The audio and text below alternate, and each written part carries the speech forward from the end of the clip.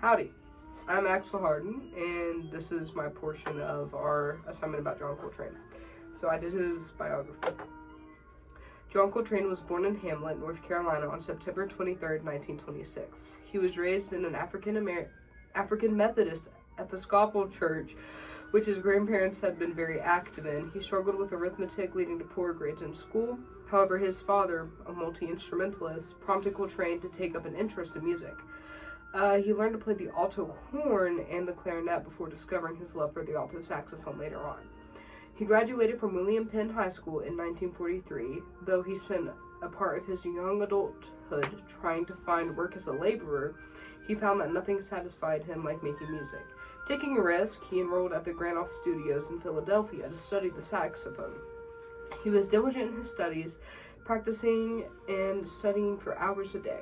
He was deemed a tenant of the school, an exemplary student who took full advantage of his natural talent. He continued his postgraduate education at the Ornstein School of Music before graduating in 1945. Before Coltrane could begin his career as a performer, he was drafted into the Navy. He was stationed at a base in Manana, Hawaii, where he was fortunate enough to play in the Navy band. After he was discharged in 1946, John Coltrane began making an impact in Afro-American culture. John Coltrane started experimenting with drugs in 1947. He became addicted to heroin. In 1949, he began working with Dizzy Gillespie's big band, and after this band disbanded, John Coltrane began drinking heavily to combat his addiction to drugs. This later results in cancer of the liver.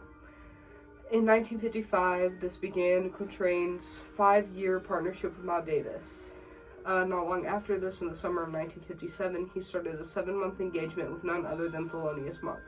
Skipping to 1965, this is when John Coltrane began testing the barriers of the tenor saxophone and exploring the textures and sounds it could make. Coltrane's last record, Expression, was recorded in February of 1967. Coltrane played his very last club date on May 23, 1967. Coltrane passed away on July 17, 1967 in New York due to liver cancer. At his funeral, there were around 1,000 people, friends, family, and other artists. Some popular artists of the time, including Duke Ellington and Nina Simone, sent flowers to his funeral. As people left the burial site, the Ornette Coleman Quartet played Holiday for a Graveyard. John Coltrane left a great impact on the history of the saxophone, and he will always be remembered. Hi, I'm Cole. I'm doing the significance section. John Coltrane was significant for 3 things: his soloistic prowess, compositional abilities, and part in pushing the boundaries of jazz further into the avant-garde. Let's start with improvisation and how he was a virtuoso soloist. John Coltrane was a virtuosic soloist who used sheets of sound to convey his ideas. He could play through changes without ever stopping, exploring the high and low end of his horn and back again. He achieved this using scalar patterns and arpeggios at a very high level. This is to say, his technique and versatility on the horn were very important to him. Coltrane's ability to hold back was also important. A good example is the song Naima, where he favors small embellishments to the melody instead of a bombastic 8th note run. Coltrane, along with Miles Davis and a few other musicians, developed a genre and style of jazz that would later be called modal jazz. It would be much more open for the jazz soloist, and Coltrane excelled in this approach, creating ideas and being able to superimpose chord qualities over the actual qualities given, which is a staple of the genre. Now let's talk about his compositions. John Coltrane is also a gifted composer who, during his lifetime, wrote much of the now standard jazz repertoire.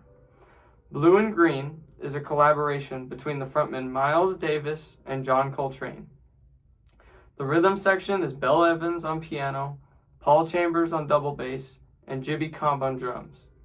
The song features John at his most melodic, playing in a diatonic manner and crafting a beautiful melody over the changes that are being played.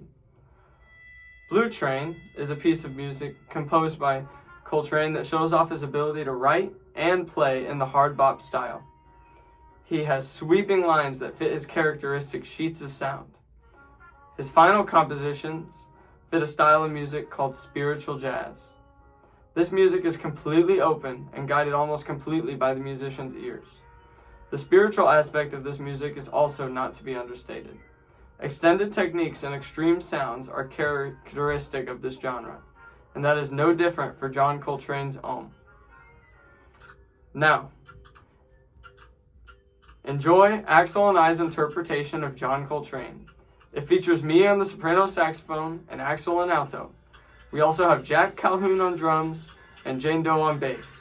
The piece was composed by me and is supposed to mimic a song by John Coltrane in his later life. I hope you enjoy it.